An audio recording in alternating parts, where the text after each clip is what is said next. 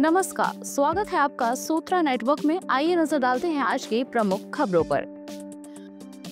America के Minneapolis में Catholic school पर बुधवार को हुए आतंकी हमले में 2 बच्चों की मौत हो गई। इस बीच शुरुआती जांच में चौंकाने वाली बात सामने आई है, जो भारत से संबंधित है। FBI ने गोलीबारी को आतंकी वारदात से जोड़ते हुए कहा है कि हमले के पीछे घरेलू आतंकवाद और धार्मिक नफरत है। हमले में 2 बच्चों की मौत हुई, जबकि 17 से ज्यादा लोग घायल हुए थे। बाद में हमलावर ने खुद भी गोली मारकर आत्महत्या कर ली थी। बता दें कि शूटर की बंदूकों पर न्यूक इंडिया और माशाअल्लाह लिखा था। शूटर की बंदूक की मैगजीन पर ट्रंप को लेकर भी शब्द लिखे गए थे। इसमें लिखा था कि डोनाल्ड ट्रंप को मार डालो, इसके साथ ही इजराइल का पतन होना चाहिए जैसे मैसेज लिखे हुए थे। न्यूक इंडिया का अर्थ है इंडिया पर न्यूक्लियर अटैक करो। माना जा रहा है कि शूटर किसी कट्टरपंथी इस्लामिक विचारधारा से प्रभावित था। हमले से पहले वेस्टमैन ने अपने नाम से यूट्यूब चैनल पर वीडियो डाले थे। वीडियो में उसने राइफल, शॉटगन और पिस्टल जैसे हथियारों का जखीरा दिखाया। उसने कहा कि ये छोटा हथियार मेरे लिए है, अगर जरूरत पड़ी तो इस्तेमाल किया जाएगा। वहीं हथियारों पर लिखे नारे उसकी कट्टर मानसिकता को उजागर करते हैं। वीडियो में उसने 2 जर्नल का जिक्र किया, जिसमें एक 60 पन्नों का और दूसरा 150 पन्नों का था, जो पूरी तरह से सिरिलिक भाषा में लिखा था। अधिकारियों का मानना है कि ये जर्नल उसकी हिंसक विचारधारा और नफरत का सबूत है। रॉबिन वेस्टमैन एक ट्रांसजेंडर था। हाल ही में राष्ट्रपति डोनाल्ड ट्रंप ने ट्रांसजेंडर अधिकारों पर प्रतिबंधात्मक फैसले लिए थे। माना जा रहा है कि इन नीतियों ने वेस्टमैन के अंदर और गुस्सा भरा हथियारों पर ट्रंप को मारने की धमकी उसके राजनीतिक विरोध को भी दिखाता है। पीएम मोदी पहली बार 2018 के बाद चीन की यात्रा पर जा रहे हैं। वे SCO शिखर सम्मेलन में शामिल होंगे। भारत चीन संबंधों में ये नरमी अमेरिका के लिए बड़ी चुनौती मानी जा रही है। अमेरिका की ओर से लगाए गए 50% आयात शुल्क के बीच प्रधानमंत्री नरेंद्र मोदी इस हफ्ते चीन जाएंगे। वे वहां राष्ट्रपति शी जिनपिंग द्वारा आयोजित शंघाई सहयोग संगठन सम्मेलन में शामिल होंगे, जो कि पीएम मोदी की 2018 के बाद पहली चीन यात्रा होगी। 2020 में लद्दाख की गलवान घाटी में दोनों देशों के सैनिकों के बीच हिंसक झड़प हुई थी, जिसमें भारत के 20 और चीन के 4 सैनिक मारे गए। अब हालात ऐसे बन रहे हैं कि मोदी और शी जिनपिंग हाथ मिलाते देख सकते हैं। ये मुलाकात आर्थिक स्थिरता को प्राथमिकता देने की दिशा में देखी जा रही है। SCO सम्मेलन में रूस, पाकिस्तान, ईरान और मध्य एशियाई देशों के नेता भी शामिल होंगे। बीजिंग का दावा है कि ये अब तक का सबसे बड़ा शिखर सम्मेलन होगा। भारत की मौजूदगी ये संकेत देती है कि एशियाई शक्तियों के बीच रिश्तों में बदलाव आ रहा है। विश्लेषकों का मानना है कि भारत चीन रिश्तों की गर्माहट अमेरिका की उस कोशिश को कमजोर कर सकती है, जिसमें उसने भारत को चीन के खिलाफ संतुलन बनाने के लिए जोड़ा था। विशेषज्ञ यून सन के मुताबिक ये डिटेंट यानी रिश्तों की नरमी ट्रंप के फैसलों से शुरू हुई है। भारत और चीन का आपसी व्यापार पिछले साल 118 अरब डॉलर तक पहुँच गया। भारत को चीन से न केवल तैयार माल बल्कि कच्चा माल और पुर्जे भी मिलते हैं, जिन पर उसकी इंडस्ट्री निर्भर है। विशेषज्ञों का मानना है कि ये बदलाव किसी पूर्ण रीसेट की तरह नहीं है। भारत अमेरिका से दूरी नहीं बना रहा, लेकिन चीन उसके लिए सबसे बड़ा पड़ोसी है, जिसके साथ रहना जरूरी है।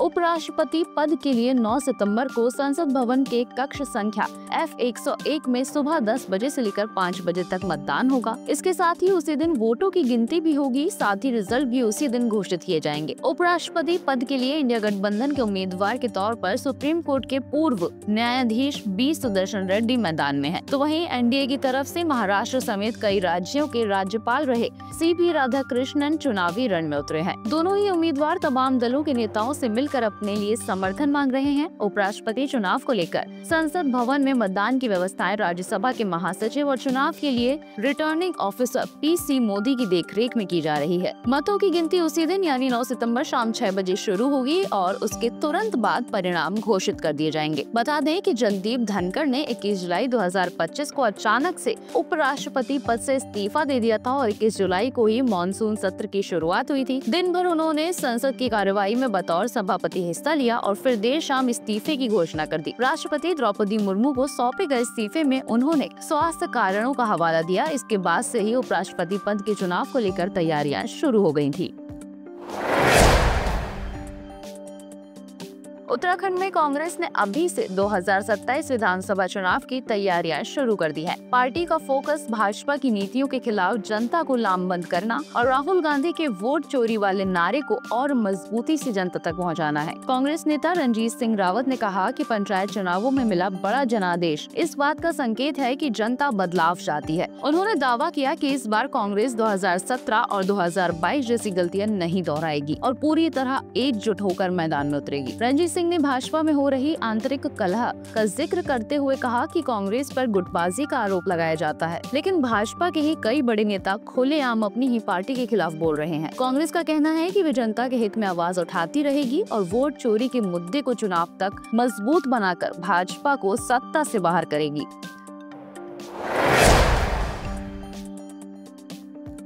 अभिनेता सोनू सूद अपनी फिल्मों के अलावा अपने सोशल वर्क को लेकर भी अक्सर चर्चाओं में रहते हैं। अब कल बप्पा का अपने घर पर स्वागत करने के बाद आज अभिनेता फिर चर्चाओं में है। इस बार अभिनेता चर्चाओं में है मुंबई स्थित अपने घर को बेचने के चलते। बता दें कि सोनू ने यह अपार्टमेंट 8 करोड़ 10 लाख में बेचा है और इसका सौदा इसी महीने हुआ। कारपेट एरिया 1247 वर्ग फुट और बिल्ट अप एरिया 1497 वर्ग फुट है। जानकारी के मुताबिक ये संपत्ति साल 2012 में 5 करोड़ 16 लाख रुपए में खरीदी थी और अब लगभग 13 साल बाद उन्होंने इसे 8 करोड़ 10 लाख रुपए में बेचा है। ऐसे में उन्हें 2 करोड़ 94 लाख रुपए का फायदा हुआ। सोनू सूद के वर्क फ्रंट की बात करें तो अभिनेता आखिरी बार इसी साल रिलीज हुई फिल्म फतेह में नजर आए थे।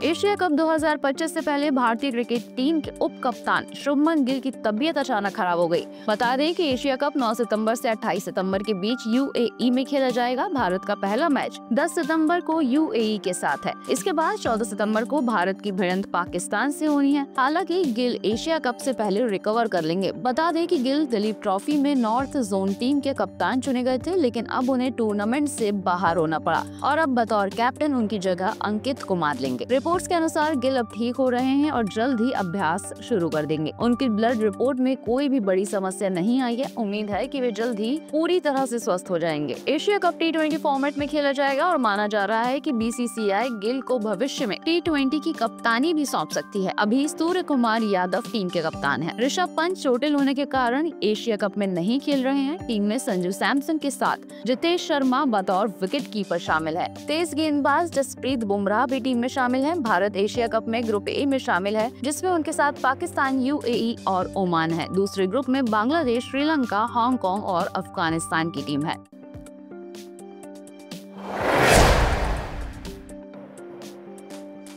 Chamber of trade and industry के चेयरमैन ब्रजेश गोयल ने प्रधानमंत्री नरेंद्र मोदी को एक पत्र लिखकर कहा है कि 50% अमेरिकी टैरिफ का भारत के टेक्सटाइल, लेदर, रत्न एवं आभूषण, auto component, chemical, pharma, sea food industry, electronics जैसी तमाम इंडस्ट्रीज पर विनाशकारी प्रभाव पड़ेगा। उन्होंने बताया कि बढ़े हुए टैरिफ के चलते अमेरिकी बाजार में भारतीय सामान अन्य प्रतिस्पर्धियों के मुकाबले 35% तक महंगा हो जाएगा, जिससे खरीदार दूसरे देशों में बनी चीजों को प्राथमिकता देंगे। सीटीआई के मुताबिक टैरिफ के इस कदर बढ़ने से 48 अरब अमेरिकी डॉलर से ज्यादा मूल्य के भारतीय निर्यात पर असर पड़ सकता है। इंजीनियरिंग गुड्स जैसे सेक्टर, जिनका पिछले साल 1.7 लाख करोड़ रुपए का निर्यात हुआ था, पर भारी असर पड़ने की आशंका है। इसी तरह 90,000 करोड़ रुपए के रत्न और आभूषण निर्यात और भारत के तेजी से बढ़ते इलेक्ट्रॉनिक्स निर्यात पर भी गंभीर संकट मंडरा रहा है। हालांकि नुकसानों के बावजूद सीटीआई की सरकार को सलाह है कि भारत को भी अमेरिका पर जवाबी कार्रवाई करनी चाहिए। अमेरिकी वस्तुओं पर रेसिप्रोकल टैरिफ लगाकर अमेरिका को कड़ा जवाब देना चाहिए। आर्टिफिशियल इंटेलिजेंस आधारित चैटबॉट्स के प्रभाव में आकर लोगों द्वारा आत्महत्या करने के मामले बढ़ रहे हैं। अब इसी तरह के एक नए मामले में ओपन एआई के चैटबॉट ChatGPT पर एक बड़ा सवाल खड़ा हो गया है। कैलिफोर्निया के रेंचो सांता मार्गरीटा शहर में 16 वर्षीय एडम रे ने इस साल 11 अप्रैल को आत्महत्या कर ली थी। परिवार का आरोप है कि किशोर अपनी चिंता और मानसिक परेशानी को लेकर ChatGPT से बातें करता था और चैटबॉट ने उसे ऐसे जवाब दिए जिसने उसे आत्महत्या करने के लिए प्रेरित किया। परिवार ने अमेरिका के California superior court San Francisco में ओपन एआई और उसके सीईओ सैम ऑल्टमैन के खिलाफ आत्महत्या के लिए प्रेरित करने का मुकदमा दायर किया है। परिवार ने OpenAI पर किए मुकदमे में दावा किया कि ChatGPT ने एडम को आत्महत्या करने के तकनीकी तरीके बताए और इस प्लान को उसकी मां से छुपा कर रखने की भी बात कही। परिवार ने दावा किया कि ChatGPT को पता था कि वे सुसाइड करने की प्लानिंग कर रहा है, लेकिन चैटबॉट ने रोकने की बजाय उसे ये करने के लिए और प्रोत्साहित किया। इस मामले ने आर्टिफिशियल इंटेलिजेंस आधारित चैटबॉट की सुरक्षा, नैतिकता और जिम्मेदारी को लेकर नई बहस छेड़ दी है।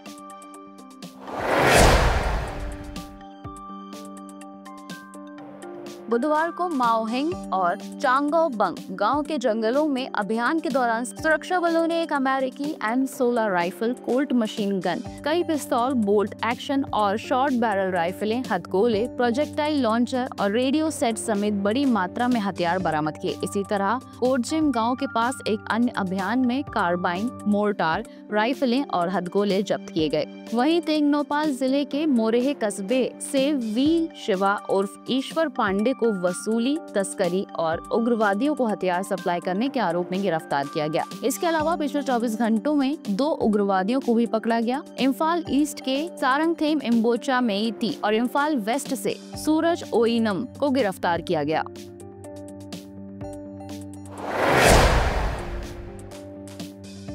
कोझिकोड केरल में अमीबिक एन्सेफेलाइटिस का एक और मामला सामने आया है। 43 वर्षीय महिला इस दुर्लभ संक्रमण से पीड़ित पाई गई। इससे पहले 16 अगस्त को कोझिकोड में 9 साल की बच्ची की मौत हुई थी। अब कुल संक्रमितों की संख्या 10 हो गई है, जिनमें 4 बच्चे भी शामिल हैं। ये घातक रोग निग्लेरिया फाउलरी नामक अमीबा से होता है, जिसे ब्रेन ईटिंग अमीबा कहा जाता है। ये मस्तिष्क के ऊतकों को नष्ट कर देता है और अधिकांश मामलों में जानलेवा साबित होता है। लक्षणों में सिर दर्द, बुखार, उल्टी से लेकर दौरे और कोमा तक शामिल है। संक्रमण दूषित पानी के नाक में जाने से फैलता है। अधिकारियों ने कोझिकोड, वायनाड और मलप्पुरम जिलों में अलर्ट जारी कर लोगों से सावधानी बरतने की अपील की है।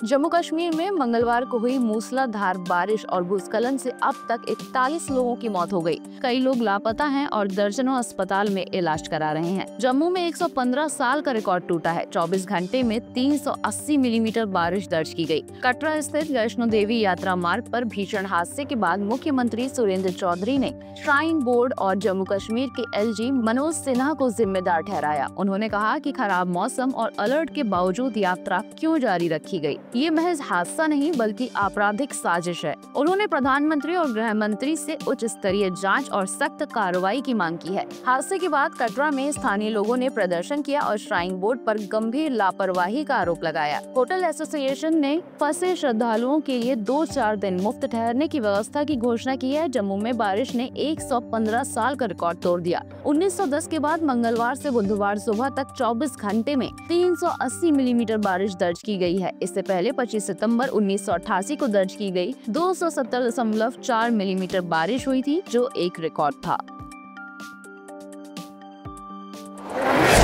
हमारा मानना है कि आपकी आध्यात्मिक यात्रा उतनी ही सार्थक होनी चाहिए जितनी कि उसकी मंजिल। 10 सालों से भी अधिक समय से हम श्रद्धालुओं को भारत के सबसे पवित्र स्थलों, जिनमें अयोध्या, काशी, मथुरा शामिल हैं, इन सब से जोड़ते हैं। रामायण और अन्य प्राचीन ग्रंथों से प्रेरित हमारे विशेषज्ञ मार्गदर्शक एक प्रामाणिक और गहन संतुष्टिदायक अनुभव सुनिश्चित करते हैं। हमने 120 से अधिक गंतव्यों की 500 से अधिक तीर्थ यात्राओं में 15,000 से अधिक प्रसन्न श्रद्धालुओं का सफलतापूर्वक मार्गदर्शन किया है, जिससे आपकी यात्रा आरामदायक, किफायती और आध्यात्मिकता से भरपूर बने। हमारी तेज, विश्वसनीय और किफायती यात्राओं के साथ आपका एकमात्र ध्यान आपकी भक्ति पर है। रामायण क्लब को अपनी तीर्थ यात्रा को एक यादगार अनुभव बनाने का मौका दें। अधिक जानकारी के लिए हमारी वेबसाइट पर क्लिक करें।